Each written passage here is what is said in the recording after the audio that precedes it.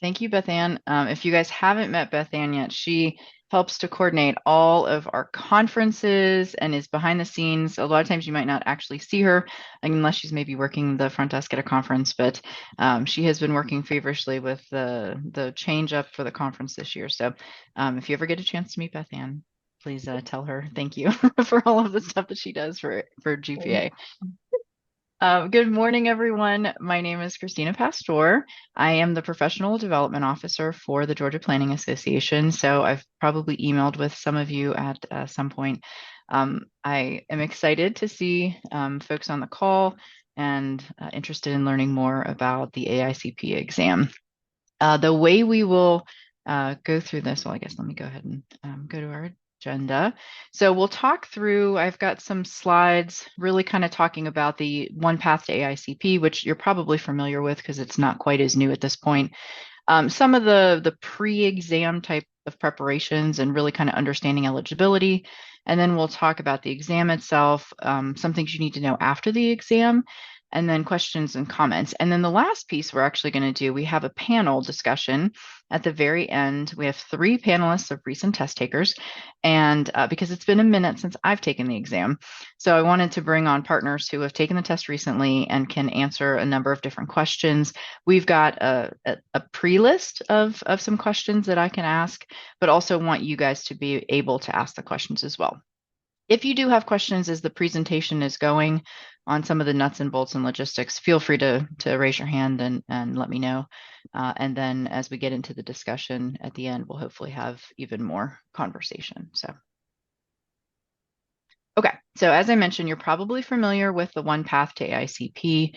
It started a handful of years ago. APA decided to test out an idea where people can sit for the exam without actually having met the experience requirements. So previous to that, you had to actually gain your experience, get approved, and then you were able to sit for the exam. They did a pilot program with PAB accredited schools, so the Planning Accreditation Board. So certain universities are accredited by the Planning Accreditation Board.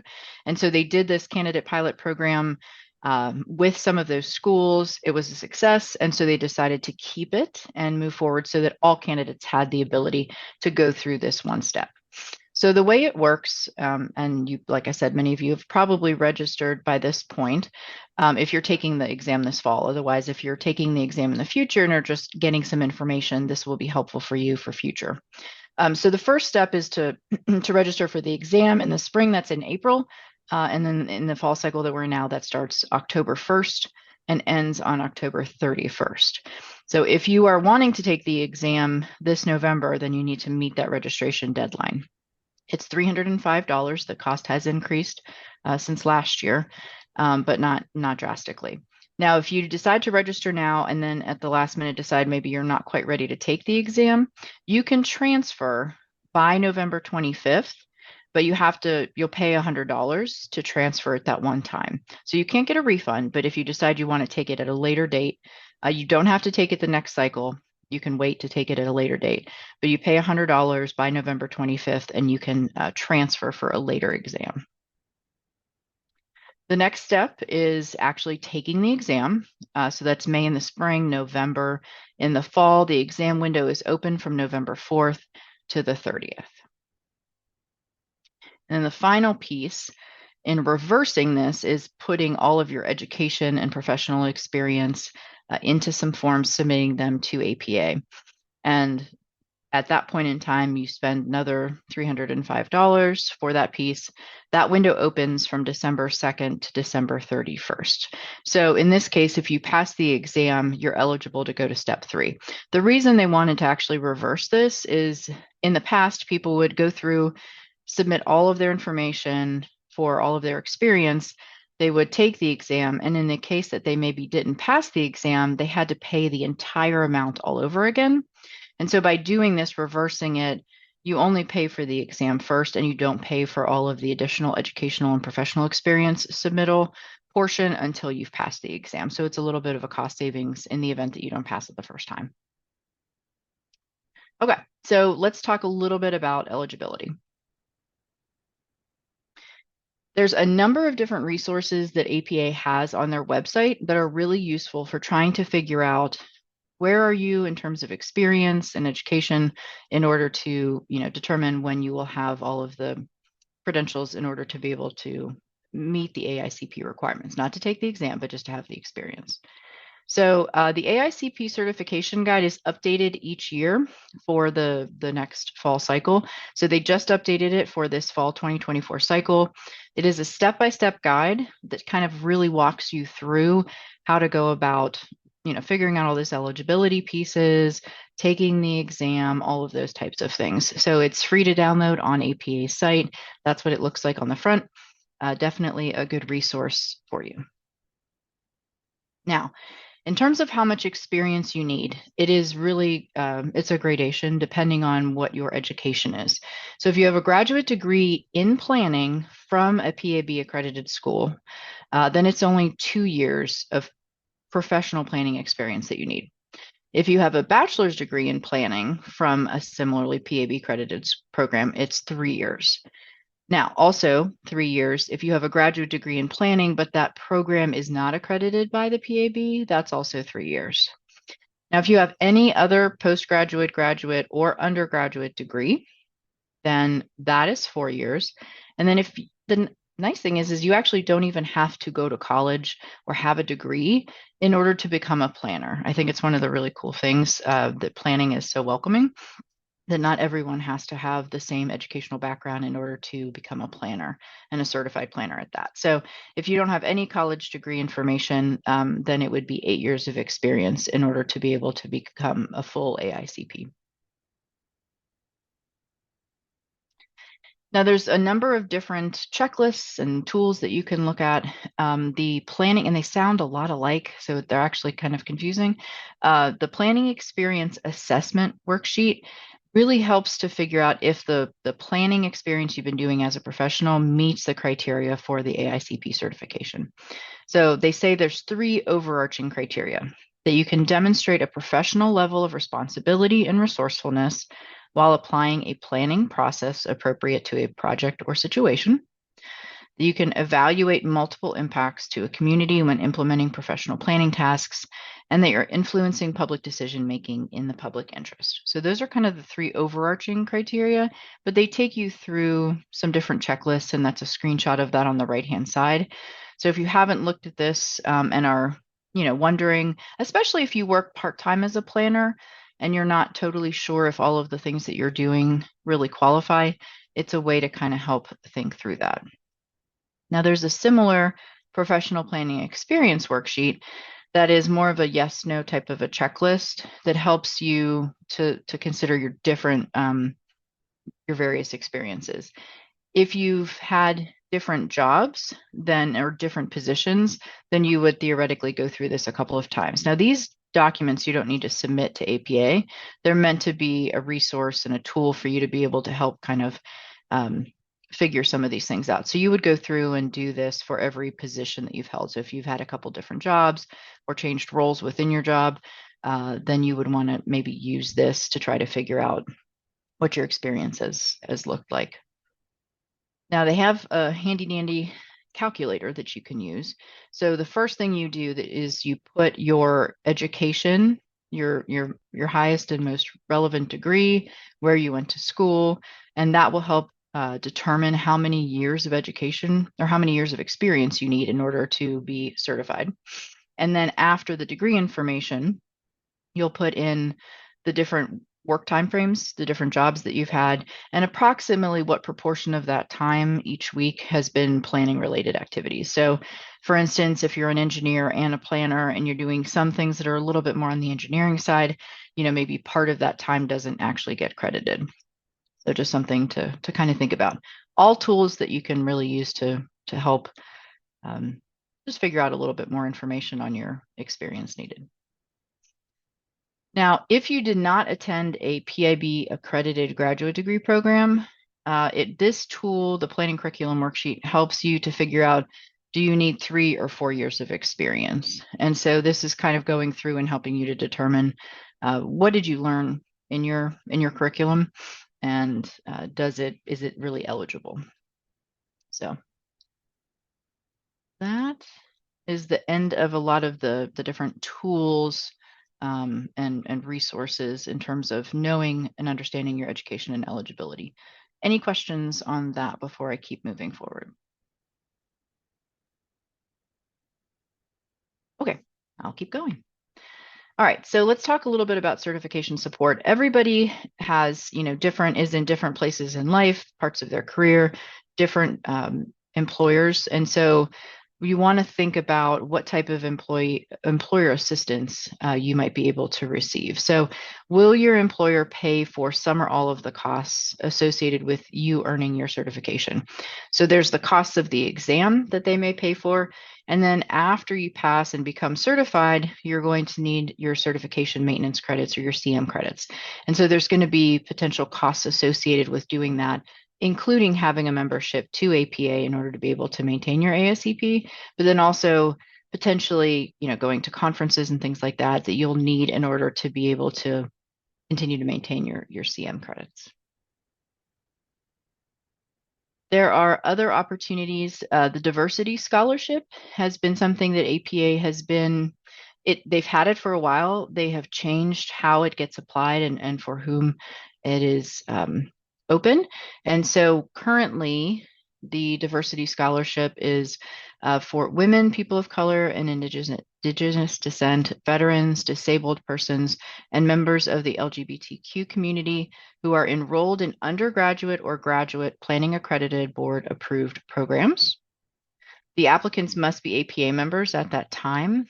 And if you're a student, membership is free. The scholarship is awarded annually to students intending to pursue careers as practicing planners who will diversify the profession and who can demonstrate a genuine financial need. And then also, this is a newer request or requirement. Applicants must have at least two recommendation letters submitted on their behalf. So they want to get a little bit better understanding of what your impacts have been. Now, for the 2024 cycle, they have already closed that. It was in February, March timeframe, but they should have a new cycle that is opening probably in February of 2025. So this past year, they awarded 18 scholarships for $5,000 each. So they're pretty substantial, more substantial than they have been in the past, but they're offering few of them nationwide. So if you meet these criteria and this is something that you would be interested in, definitely something to look for, especially in the spring of next year. Okay, so let's talk a little bit about what it means to just prepare for the exam. The exam content has changed a little bit in the last handful of years, and the presenters and panelists that you're going to hear from in a little bit have taken the new format of the exam. There are 170 multiple choice questions. 20 of those are research questions. So you're not going to know which question they're testing, but they're basically putting some questions out there to see how people react to the different questions as potential for future exams, but you won't know. So 170 questions, 150 of them actually go to your score. As I mentioned, the content has been reorganized. You can see in the pie chart on the right-hand side what that distribution of questions looks like. It used to be a situation previously where there was a lot more memorization. You would have a very heavy focus on things like history and theory, law, ethics. There's a lot of that memorization. They have changed the format in such a way that there's a lot more scenario-based questions now, and you'll end up reading a scenario, and then there might be three to five questions that follow afterward. But they're going to be a little bit more, you're going to need to lean on your experience a little bit more. So it's interesting because they've now offered the exam earlier. You don't have to wait to have the experience to take it, but the style of questions on the exam, you have a benefit if you have some of that experience under your belt. So it's up to you really on when you decide to take the exam in that, in the process of your career. But just know that the style has changed a little bit. The breadth of questions is much larger. It's less oriented toward memorization. Those are still important questions, but it's a little bit less oriented toward that and more towards those scenarios. And test takers receive a draft score immediately. I believe that is still the case. So some tips and recommendations as you're working through your preparations.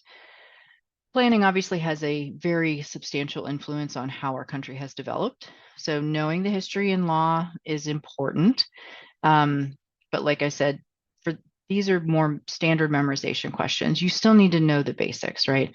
You don't need to know everything in the entire history lineage. Although, if you've taken Professor Elliott's review course, you might have actually relearned everything.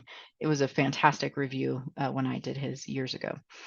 Um, the exam is geared more toward that public sector practicing planner. You've had a few years working the front counter, doing permit reviews. That's kind of a little bit of who the exam is built around.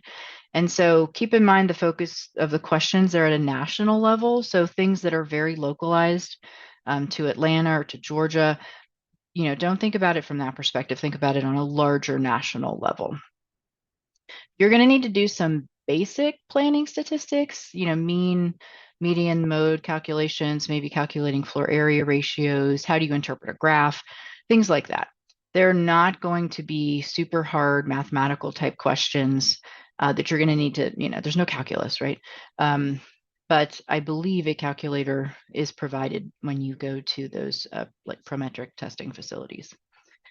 And one of the best ways, in addition to just studying and learning the content, is really just to practice. Taking practice exams, don't rely on them as your knowledge base, but it's a really good way to test and understand where can you use a little bit more study time, a little bit more digging in, where are the places where you feel pretty comfortable, maybe you don't need to spend as much time there. Those practice exams will just help you get comfortable for the actual exam itself. Now, we obviously have some different resources that can be useful to you. As you know, these GPA hosted review sessions. We had history and theory, leadership, administration and management, and law already. The overview session is today, obviously. APA has a number of overview videos. They recorded some in spring of 23, and just recently I've seen they've supplemented for fall 2024 with a number of different presentations. So you can go on their website and download them, and they follow that organizational pie chart that I showed. So you can get some additional information that should be great resources for you. We also have archived presentations from other GPA review sessions, similar content, but there's other ones that are on the website that you can lean on. And then if you signed up for a study group, you should have been notified for that already. And so hopefully just having a peer group that you can talk with and ask questions and see how everybody else is working on their studying, just another good resource as well. And these are all things that are provided through APA or GPA. There's other obviously private and separate opportunities as well, and we'll talk a little bit about that when we get to the panel, but these are just things that are provided by APA or GPA. Other APA online resources. If you have spent any time on APA site, you see the wealth of information that is there, probably too much information. So you have to be selective on what you actually spend your time researching. But some of the documents need to be purchased. There's a chapter president's council study manual that is available for you to purchase if you would like. That document and maybe some of the others might follow the previous exam format and weighting in terms of the amount of content provided, but either way, the content is still valid. There's a number of other things that are available on the right-hand side that you can see.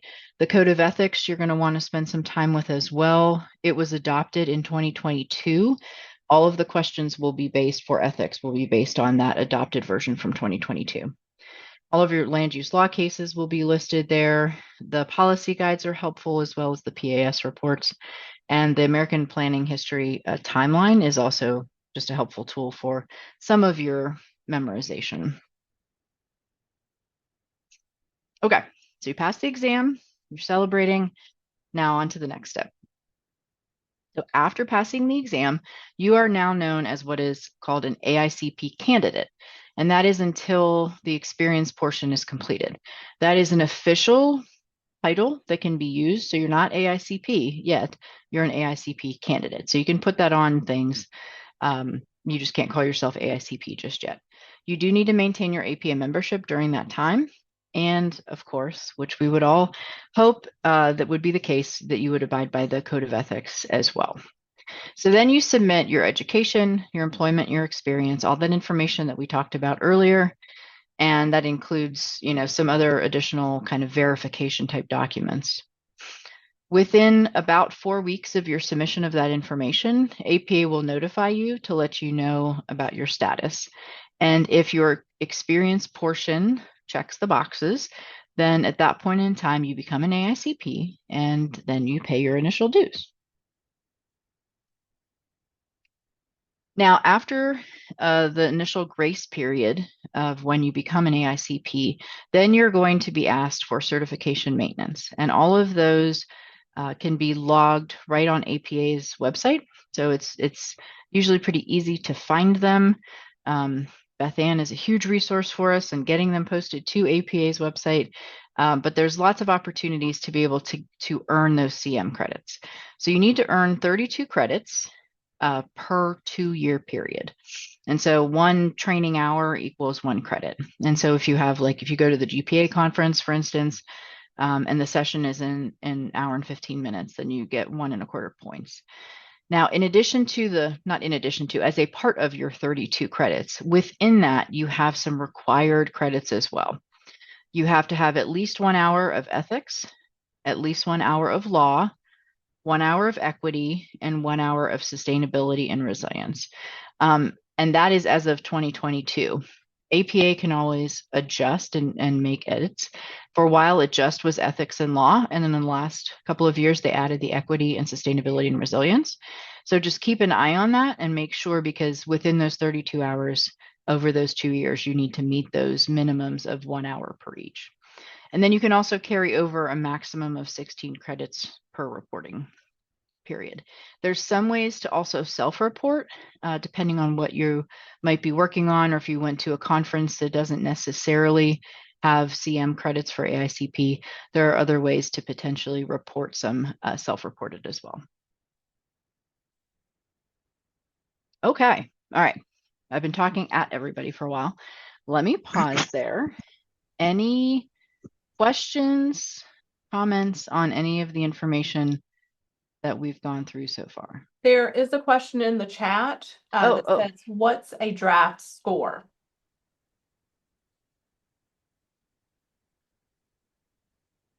I think you had, correct me if I'm wrong, panelists who haven't started talking yet. I think you get a score on the screen, but then you have to get an official score after the fact. On the screen right after you take it, it tells you if you passed or not. And then like 10 minutes after, basically by the time you leave the testing center, you'll have an email with your exact score and the breakdown. But on the spot, it says like passed or didn't pass.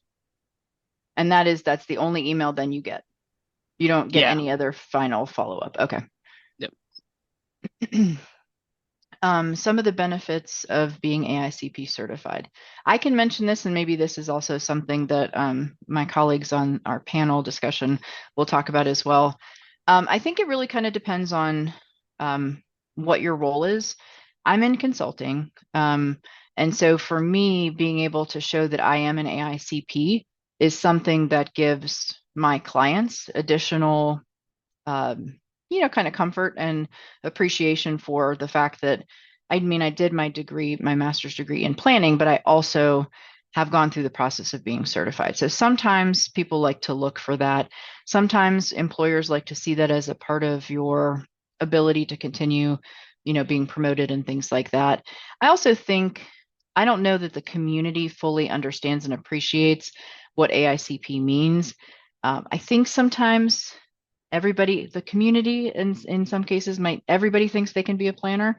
But being a planner is an actual job. It is a role. It is in many cases, I think, a calling. And so I think it lends credibility as well as we go out into the community, as we're working with elected leaders, that the AICP, we are certified in the space. It's a professional, registration essentially. So for me, it has been extremely valuable. I know for other people, it might vary. where the value is, because it is also, there's a cost associated with maintaining it, and that is something that is important to weigh. So I would like my partners to weigh in on that as well, so we can come back to that. Gordon, okay. We are going to reopen the study groups in the spring as well. So are you interested in joining a study group now or a study group in the spring? And you guys are welcome to come off of mute also. You don't have to just put it in the chat. I would say the spring. Okay. Okay. So we will reopen study groups in the spring. And so keep an eye out on GPA's website and newsletters to be able to register then. Okay. So, okay. Well, let me go ahead and introduce my panelists. I'm going to ask them to come on video with me. All right. Okay. So let me do a quick introduction of my three colleagues here. So first we have Rob Del Ross. Rob is currently an engineering project manager with the City of Milton in the Public Works Department. Rob has worked with Milton for almost 3 years and has 16 years of experience in local government, focusing on engineering and project delivery. In his free time, he enjoys cheering for his alma mater, the Yellow Jackets, as well as going on cruises with his wife, Teresa, and playing poker. In addition to getting his AICP designation in spring of 23, Rob is also a licensed professional engineer and professional traffic operations engineer. Rob has 3 sets of certifications and licenses. So next we have Shelby Stanback. Shelby is an urban planner and designer at Kimley Horn. She graduated in 2023 from the University of Georgia's Master of Urban Planning and Design program. Prior to joining Kimley Horn, Shelby worked for the Center for Community Design and Preservation, where she facilitated charrettes in small towns across Georgia. Before that, she served as an AmeriCorps Vista with the Athens-Clarke County government. Shelby took the AICP exam in May of 2024. And then finally, Jonathan Demerci. Jonathan is an urban planner with a master's degree in community planning from Auburn University. He interned with a small local government in graduate school and has worked as a land planning consultant for almost 2 years now at Kimley Horn. Jonathan took the AICP exam in spring of 2024 as well. So, and I guess I didn't mention, I actually work at Kimley Horn, so you can tell it may not pay to work with me, because then you get recruited for things like panel discussions or to be my client, like Rob is. But I am very, very grateful for their assistance today. So I am going to stop sharing screen, and this way you guys can see everybody a little bit better. And if anybody else wants to join us on video, we would welcome you to join us as well. All right, panelists, are we ready? Okay. All right, so let's start off talking about the exam itself. So maybe, and we can just kind of do a little bit of a round robin. We don't have to have, everybody doesn't have to answer the same question, but feel free to jump in.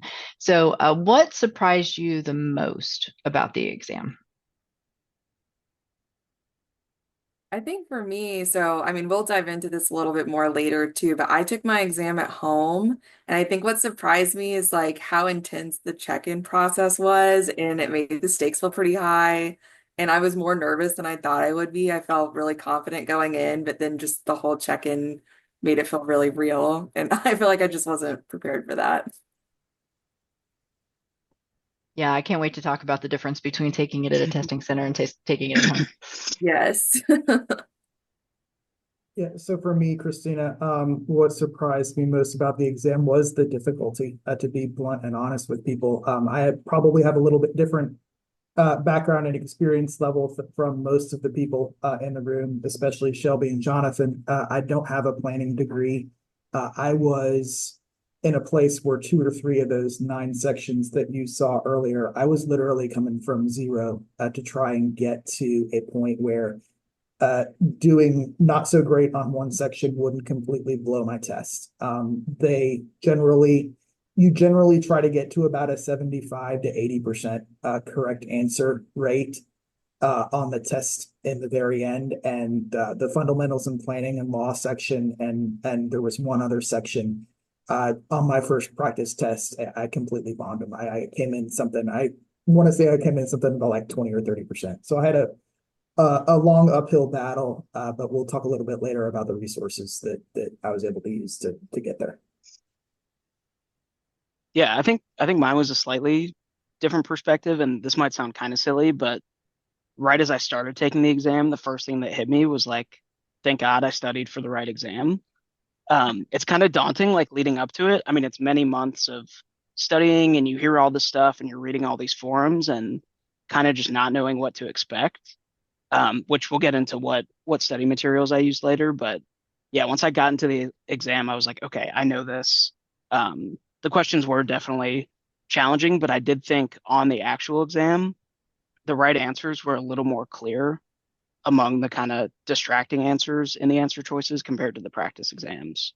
But yeah, I had a minor sense of relief when I got into the exam that I did study many months for the right thing. Okay, so let's talk a little bit about format. So I know like I said, when I took it, it was a very different style of exam. Let's talk a little bit about the different types of questions, the balance of questions, maybe give some examples of some of the questions that stuck out in your mind, either ones that you were like, oh yes, I know this, or like, whoa, where did that come out of left field?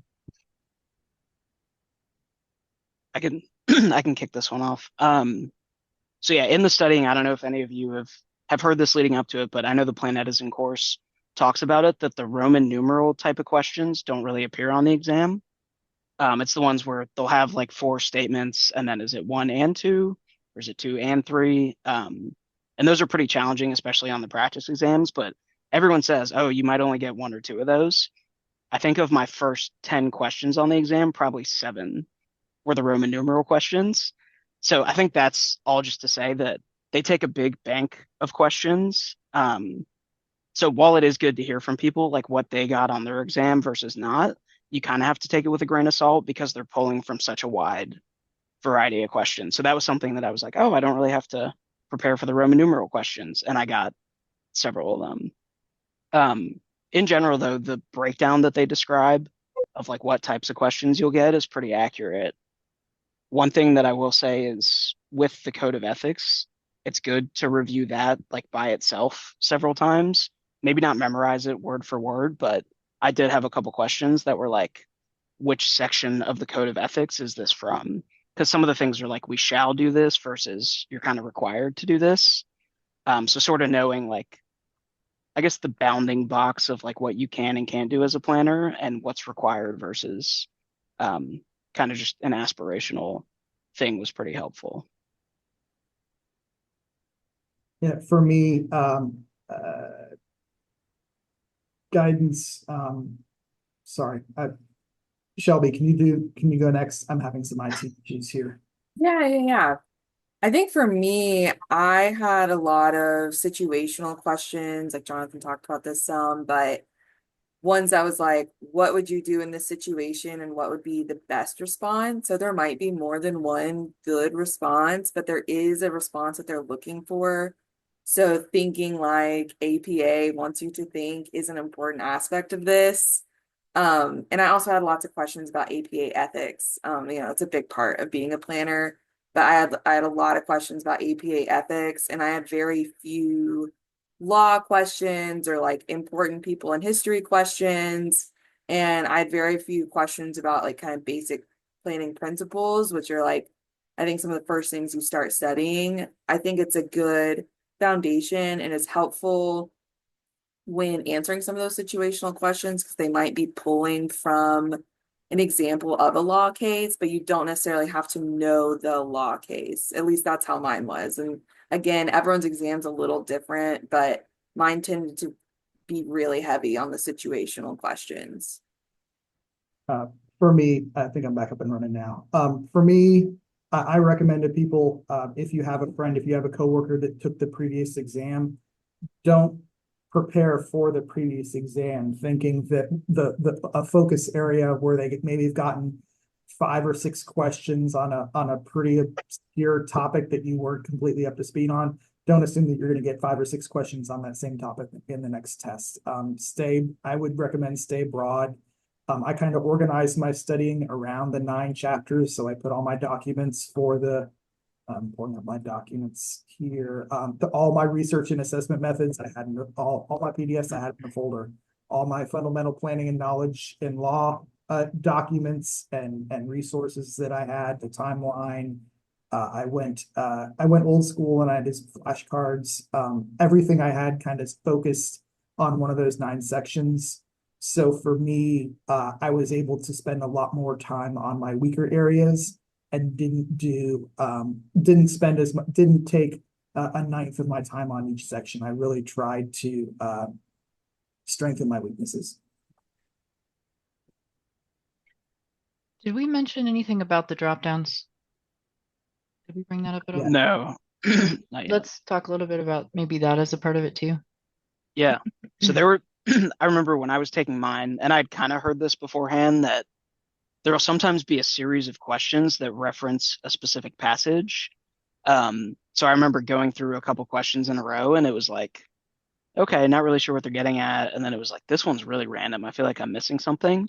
So at the top of the screen, I think it's either right next to the calculator button or the calculator button turns into the passage button where you can click on it and pull up the reading passage that links to those questions. So it's kind of just every few questions, maybe take a peek up there and see if there is a passage, or especially if a question seems like it's totally out of left field or you're missing something, double check for that.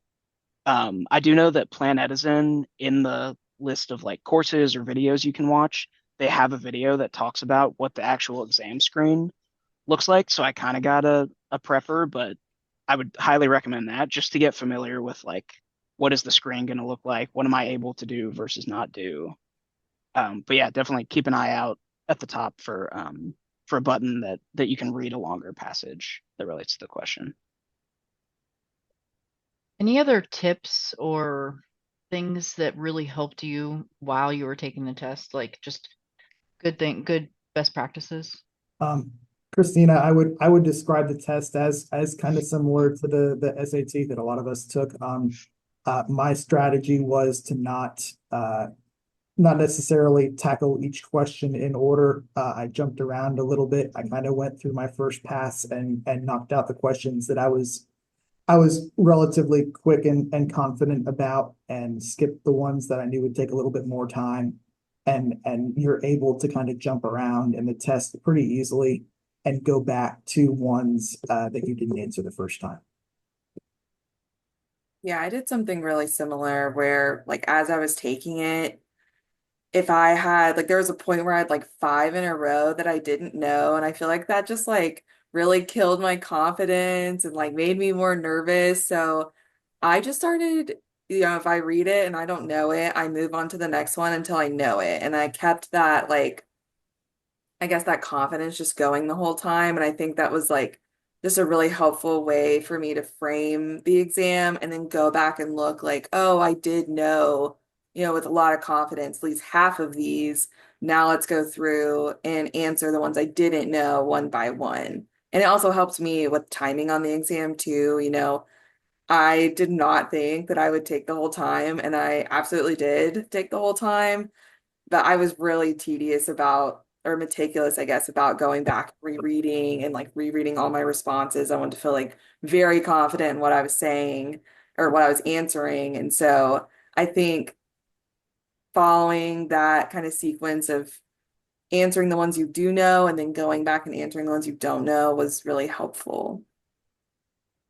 Yeah. And the test has, I think there's a flag feature where you can flag a question, you can highlight answer choices, you can strike out answer choices. So I like totally marked mine up because to that point, even I might have got to a question where like I know it's not those two. So let me just highlight the ones that I think it is, flag the question and move on. I didn't take the full time, but I was, you don't know. And that's where the practice exams help to kind of get your pacing down. But yeah, kind of just went through the ones I knew, then went back to the ones I flagged. Funny enough, I actually only changed a couple of the answers. And then I took mine in person. So this we can get into more in a bit, but I think taking it in person at the testing center, you're able to get up and go to the bathroom. It's kind of a process, like you have to check out and check back in. But once I got through all the questions the first time, I took a break and like walked down the hall and went to the bathroom. And I think that really helped clear my head. And then you sit back down and just knock out the last 40 or whatever that you had flagged. So I think that's one of the advantages of taking it at the testing center. And it's how long? 3 hours? 3 hours? Yeah. Yeah. The window? Okay. One other thing to just be prepared for, Jonathan had mentioned it earlier. This was the first kind of standardized test that I had ever taken where once you're finished in the testing, you submit, you instantly find out whether you pass or fail. So it's a little bit daunting at the very end. It literally, I was staring at the screen. It took me 2 or 3 minutes to just figure out that I passed. It was because I wasn't expecting to. It was just something to be prepared for. It's very nerve-wracking. Like my hand was shaking hitting submit. I was so scared. And it just instantly pops up like you passed. At So I think least you there's guys got to find out. I had to wait for a month to get my results because I was in one of the like new testing windows. So I had to wait a while to get mine. So I see some questions in the chat. Kedra, there are 170 questions. 20 of them are like tester questions that they're testing out for future ones, but they're not, you don't actually get scores on them. So there's 150 that you're actually getting tested on, but you'll have to go through 170. and you won't know what those questions are, which is kind of annoying. Like you might get them right, and it just doesn't count. I caught a couple that had some typos, so I suspect those might have been the test questions, but you don't know. Yeah. Aaron, we'll come back to your question in a little bit. The question about the link to the virtual test, and we're going to talk about resources. Do you guys have access to different virtual exams that you could share with the group? So I know with like Plan Edison, you have to sign up and be a part of the course to be able to look at the practice exams that they have. Um, and then I think a couple of us also took Henry Bittaker's online courses, and he walks through them. It's not like an exam he's walking through necessarily, but it's like as a series of questions he's walking through them, and it's in a video format, so you need to like watch the video. But there is another online resource called Planning Prep that has some like practice questions. The quality of them, I would say, varies more than it does with Plan Edison or Henry Bittaker's course, but you can still get some online questions through that. But I don't know of any other testing resources We that, used we used yeah. Quizlet, Shelby, some. Yeah, that's true. I did find some Quizlets online that I can find, and should I send them to you, Christina? Maybe we can Put them in the chat Okay, am I if taking you're able to find them. Okay. We can always send them out to folks afterward if we want to compile some links of like especially free resources. Okay. Well, I think this is a good segue into the preparation for the exam. So we've talked a little bit about some of the different tools. And I will say, so Henry Bittaker is the PDO in Florida, the Professional Development Officer in Florida, and he is the PDO of all PDOs. So here in Georgia, we do a pretty decent job. Henry is like amazing. And so I don't know if some of his stuff is available online or if you have to take it live. But he has amazing resources as well. So I wholeheartedly encourage people to check out Florida. I have no shame there, without overwhelming and bombarding him, of course. But okay. So let's talk a little bit about some review resources, programs you guys used beyond, kind of some of the things we talked about with GPA and APA. Yeah, I think we all used the Plan Edison course. It was really helpful, especially for the practice tests and practice quizzes. I would say they were pretty spot on for how the test actually was, and they kind of build on themselves. So like it starts out on like a kind of basic overview type of test. And then as you move through the test, I think there's like maybe six or something. The last one's like timed and like is probably the hardest one you'll take. And it just is a good way to build. And they also have lessons within it as well, and like online forums, and you can really be as involved in the process as you want to be. They have like tiers of classes that you can buy. I bought the lowest one. I didn't really think that I needed. They have like a blue book and a green book and all these books that you can buy with it, and it is more like pricey the more stuff you add on. And I felt fine just having the basic level class and found it to still be really helpful. For me, I could not recommend the Planet Edison course more. If it weren't for that, there's no way I would have passed. I found it extremely helpful to, again, strengthen my weaker areas. They kind of walk you through what a 3 month prep for this exam looks like. And one of the first things you do is you take a sample test. You sit down for a couple hours and see and they grade you, and okay, I'm already at a point where I'm hitting 80 to 90% correct in sections 2, 3, 4, and 5, but I'm nowhere close on sections 1 and 6. So I'm going to spend the next 4 weeks studying nothing but and watching videos for sections 1 and 6. And then a month later, I took another sample test. I see where it was. I see where I was. I repeated strengthening my lower areas. I think I probably took 3 practice exams over the 3 months I was prepping for this. Definitely, Jonathan already said it earlier. I attacked this because so busy with work on the weekdays. I spent weekends on this. I spent every morning, Saturday and Sunday. So about 3 hours on a Saturday, 3 hours on a Sunday for 3 months trying to get ready for this. And I didn't feel super confident, and I was surprised I passed. It's pretty daunting.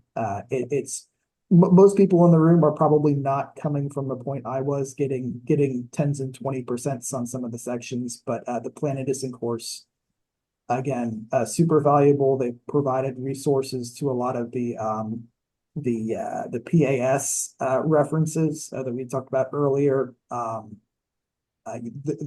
I purchased the cheapest Planet Edison course. I think it was $300. I didn't purchase any book or reference that costs something. I reviewed a lot of the free documents. They provide you links to where you can download them through APA. I did not do 100% of the supplementary reading they recommended. I focused on the supplementary reading for the sections that I thought I was the weakest in.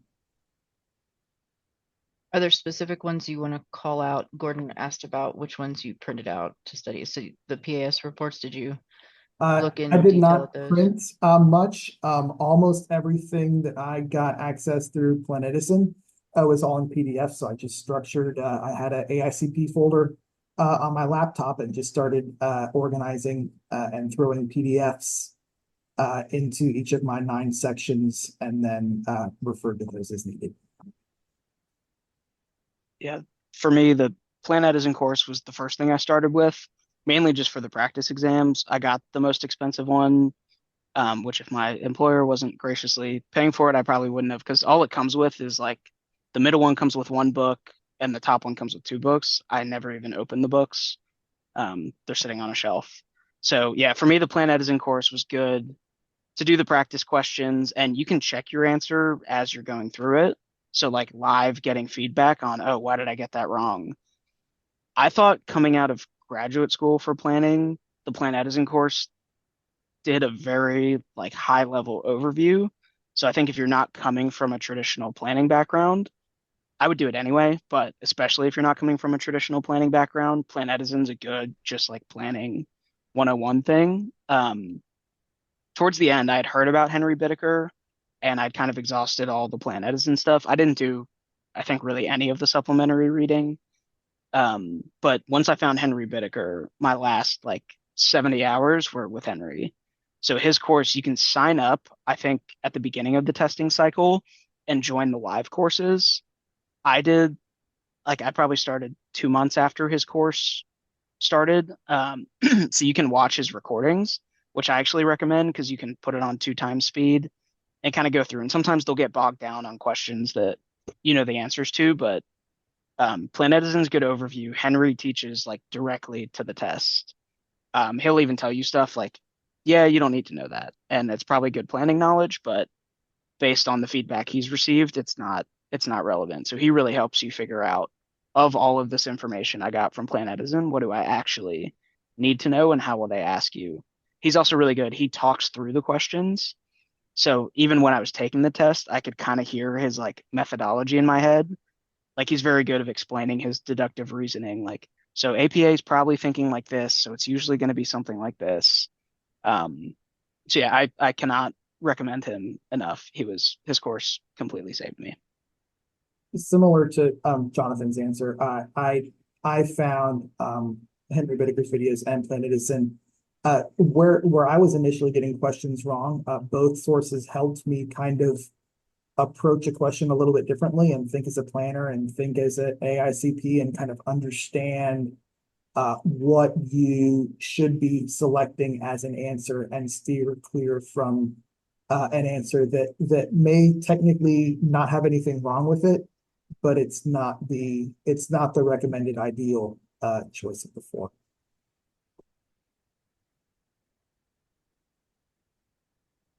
All right. Rough estimate, if you had to run some numbers, how many hours do you think you invested in studying? It was 6 hours a week for 3 months. That's probably more than Shelby and Jonathan. I did probably 100 hours total. I started in January, probably, I don't know, 60 of those hours. My timeline might not make sense, but maybe 60 of those out. Wait, sorry. Yeah, I think about 60 of those hours were between January and March. Just I would do some on a Friday, like 3 hours here and there, some on a weekend. Wasn't as diligent as I wanted to be, but the remaining like 40, 50 hours were the 2 or 3 weeks leading up to the test. I think starting earlier gave me like I could do a little bit, on a night that I came home, maybe a little early, could do a couple hours, but really crunching Henry Bittaker in the last, month leading up to the test was, but yeah, to answer your question, like probably about 100 hours total.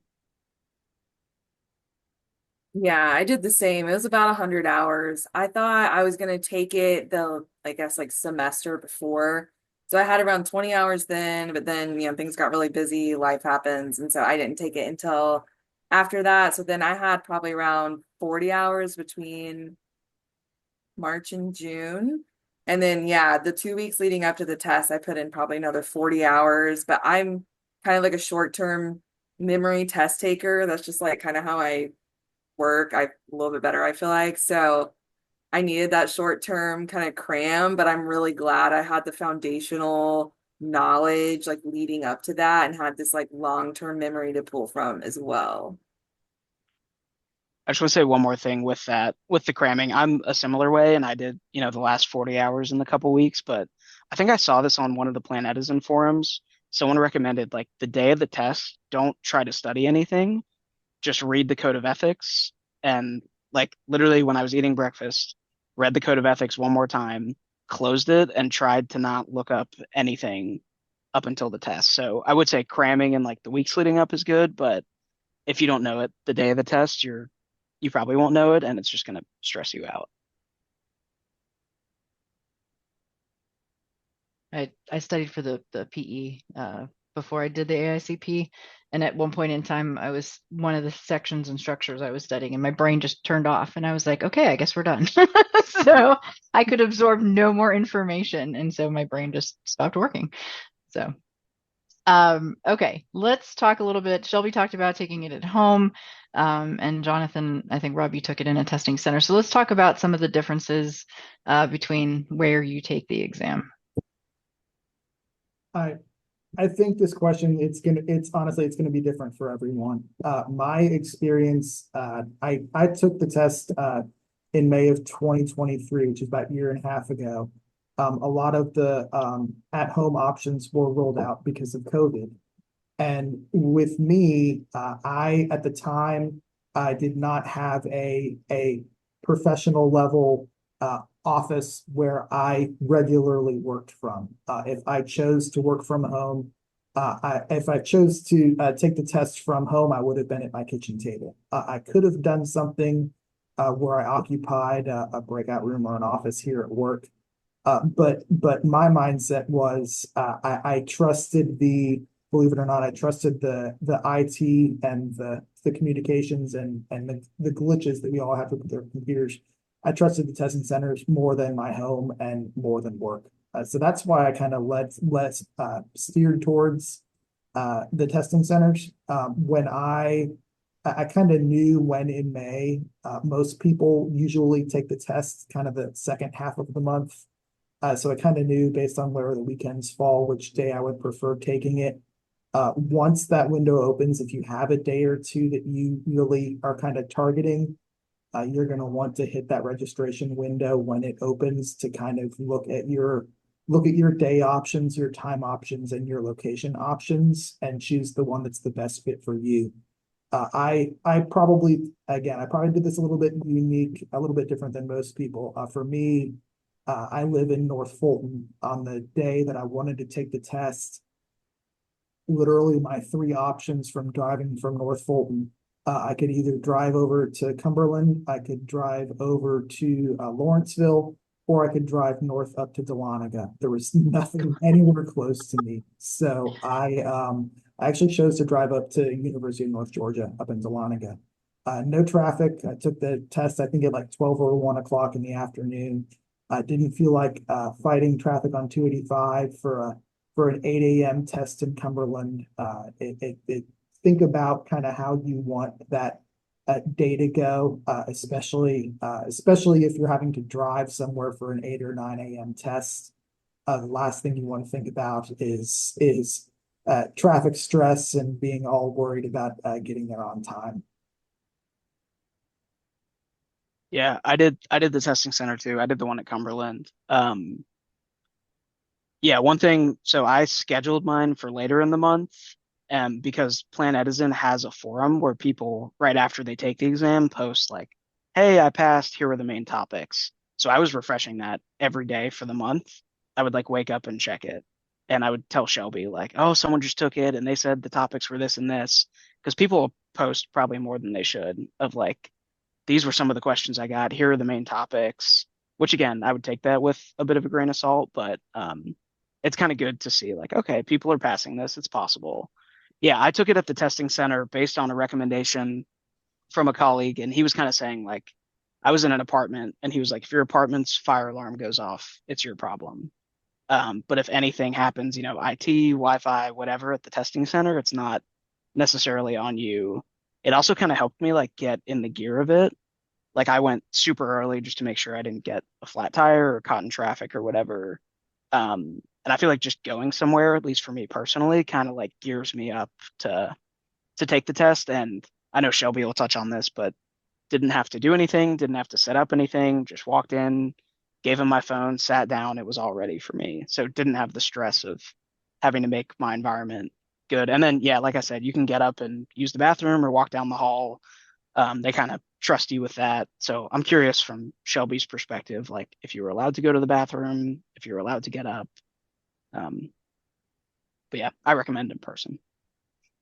Yeah, so I did take mine at home. I'm generally like more comfortable working at home and doing these kind of things at home. I'm usually pretty productive, but I think with my experience with this, I don't recommend taking it at home unless you live maybe in like a standalone house with like really reliable Wi-Fi and there's no chance of storms or anything. Because when I was just reading through the things that were allowed and not allowed and things that would be problematic. I mean, there was just so much that could be out of your control. Like I live in a townhome in the middle of Atlanta, and so like there's always like a little bit of noise outside. There's always just a little bit of something going on. I don't always have super reliable Wi-Fi. So at first I was like, oh, I'll be way more comfortable at home. I'll be way less nervous. But then as it started coming up, I was like, wait, well, what if there's a storm or what if they decide to like do some random work on my power lines. I feel like there's always something going on here. So that was just kind of stressful, knowing that anything out of my control could basically get you eliminated from the exam in that time, and then I'd have to take it again. So I was definitely kind of stressed about that. And then as I did join the exam, it was just really strict about what could be in the room, what could be showing. I mean, they had me check like under my feet, under my chair, under the arms of my chair, under the desk. I had to show them around the room, all the tops and bottom corners. And I do have a standalone office. My fiance works at home full time, so we have like a very like officey home office. But even then I had to have like bed sheets out and covering everything, and like it was just a big process to have it fully prepared. I kept being worried, like, what if they see the label under the desk and think it's something? And at one point they did see the label and they're like, what is that? And I was like, it's the brand of the desk. Like, I don't know, I could try to peel it off. So it was just, I feel like it made it more stressful than it actually had to be. I think like if you have like a perfectly white, pristine room with nothing there and you don't live near anybody, it could probably be fine. And I think it does kind of depend on the person checking as well. Like I think mine was like very thorough, but I was reading from other people who also use, I think it's like Pro Proctor. And it seems like other people's maybe weren't as thorough as my person was. Um, but yeah, it was just kind of stressful to have to do all that. And also, yeah, getting up and taking breaks. You can, but it seemed like there was like gonna be there was just a possibility for there to be more issues. So your phone, when you take this, just has to be like put away somewhere.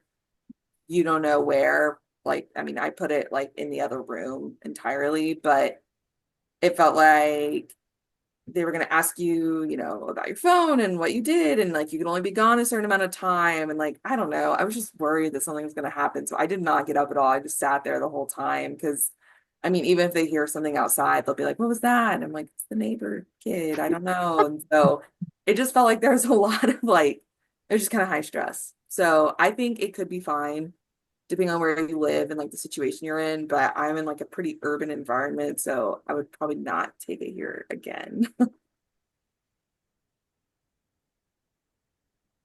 And sorry, I'm reading your comment, Beth.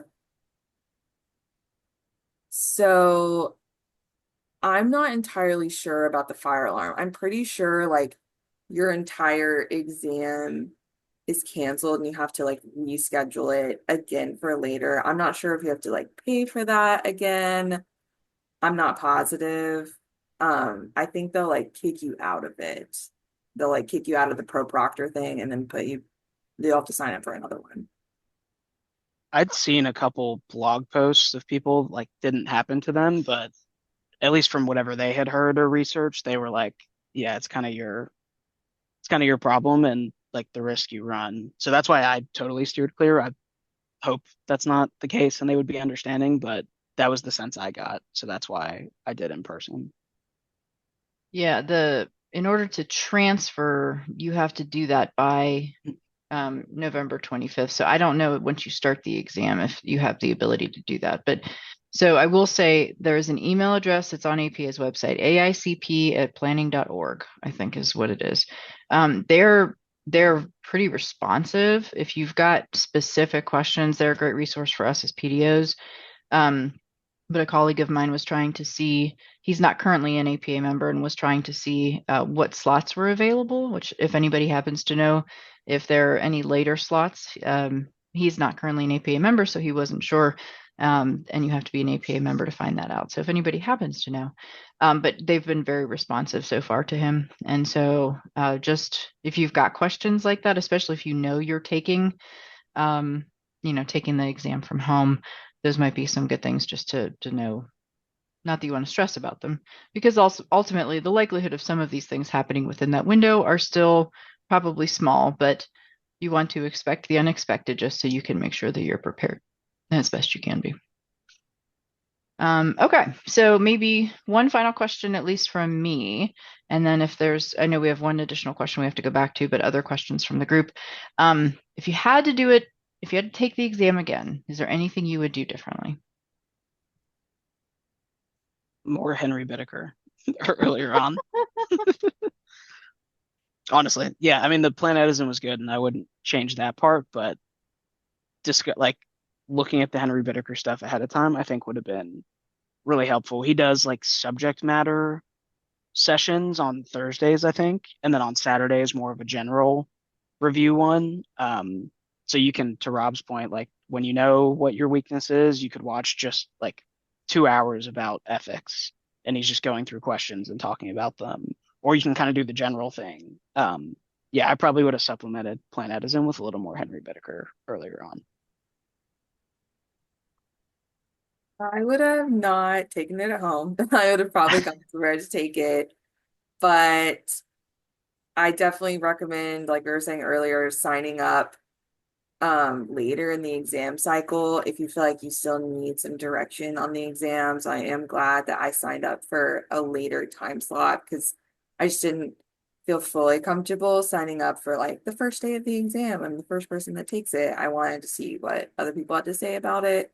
And yeah, I think I would trust my gut more on some of the questions. Like we've talked about how it's really high stress and you're nervous, but if you've been studying and currently a planner, I feel like there is a bit of just like trusting yourself. Like I think there is a level of like intuitiveness as a part of these responses as well. And so I think that's also something to keep in mind when you're answering these questions and taking this test.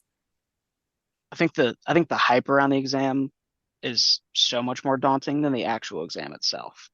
Like when I walked out, I was like, oh, that wasn't as bad. Like there's so, there's this panel and everyone's talking about stuff and oh, it's so hard. And I think there's a lot of noise around it. And when you actually get into the test, like Shelby said, you'll be like, okay, I did study this. I do know this. That would be my reassurance. Yeah, I'll echo what Jonathan just said. If you do the right thing, put in the time, take 60 to 100 hours getting ready for this thing. There are going to be questions on that test that are very easy that you'll go, oh, I knew that. I saw that before. And there will probably be half the test that you're very confident in.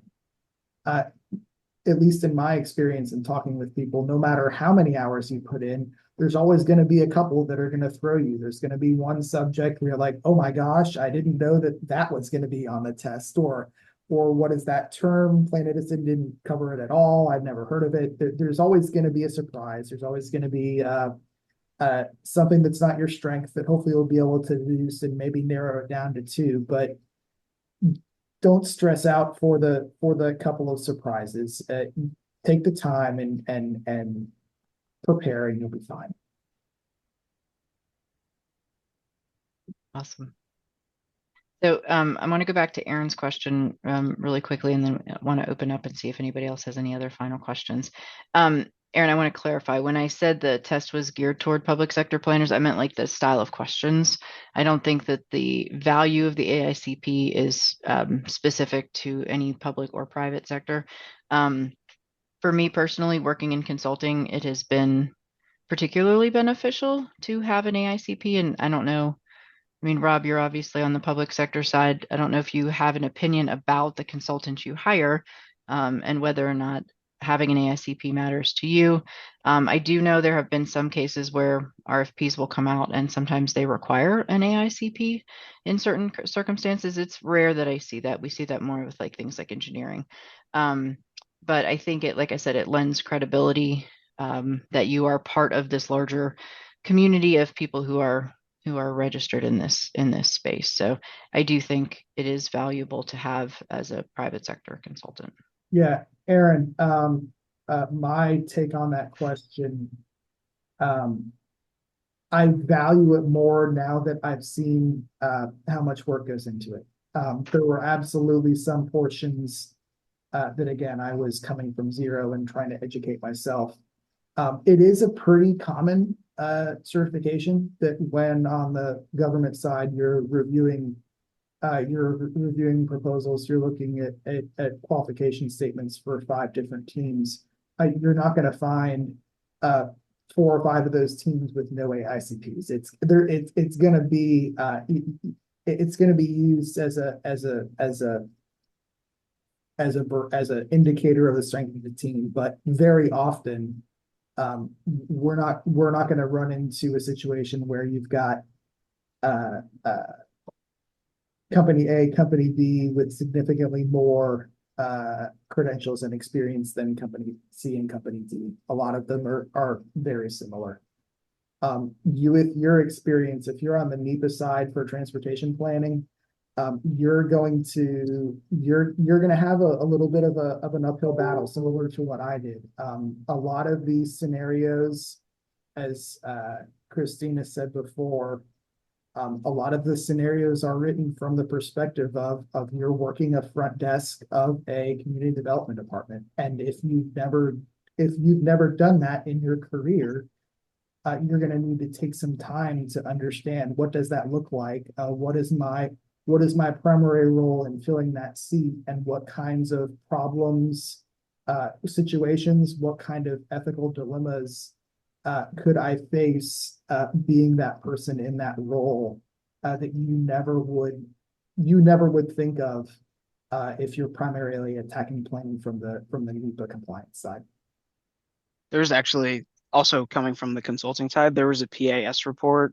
I forget exactly what it's called or what number it is, but about like, how does a local planning department work, and like the different ways it can be structured and what the different functions are. Like, sometimes you could have these people doing zoning things and these people, like, it really gives you a good perspective. That was one that I did read. Gives you a good perspective on like, how does a local planning department work? And I think, to that point, being on the consulting side, the part that people don't usually talk about as far as the benefits, or like just studying the stuff and learning the stuff, is like an obvious benefit.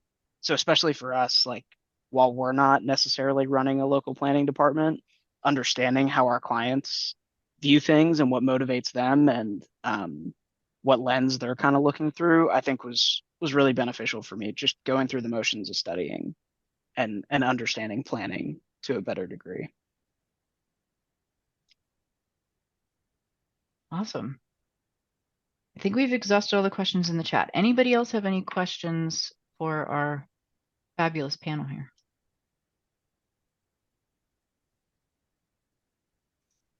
Okay. Well, thank you guys so much for all of your insights. Every time I hear new insights from recent test takers, it helps to build my knowledge base as well. So I really appreciate the time you guys have taken. And for all of those who are taking the exam either now or maybe in the spring or the coming sessions, we wish you all the best of luck. And if you're interested, we'll be looking for panelists for future sessions. So I recommend, after you take the exam, if you have the bandwidth left, emotional and mental bandwidth, to write some things down that would be good to help other people as well. So kind of paying it forward. So Rob. Well, thank you so much, Christina, and all of our panelists. This was a very informative session for me as well, because I got to get some answers to some questions that I see come in sometimes about the exam. So I'm glad I don't have to take it, but good luck. But good luck to everybody. And again, all of these sessions will be posted on the website by at the latest on Monday. Everything will be up, but there are several, or the last 2 are being posted today, and then this one by Monday. So everyone have a great weekend. Thank you so much. Thanks, guys. Thanks, everyone. Thanks, Beth Ann. You.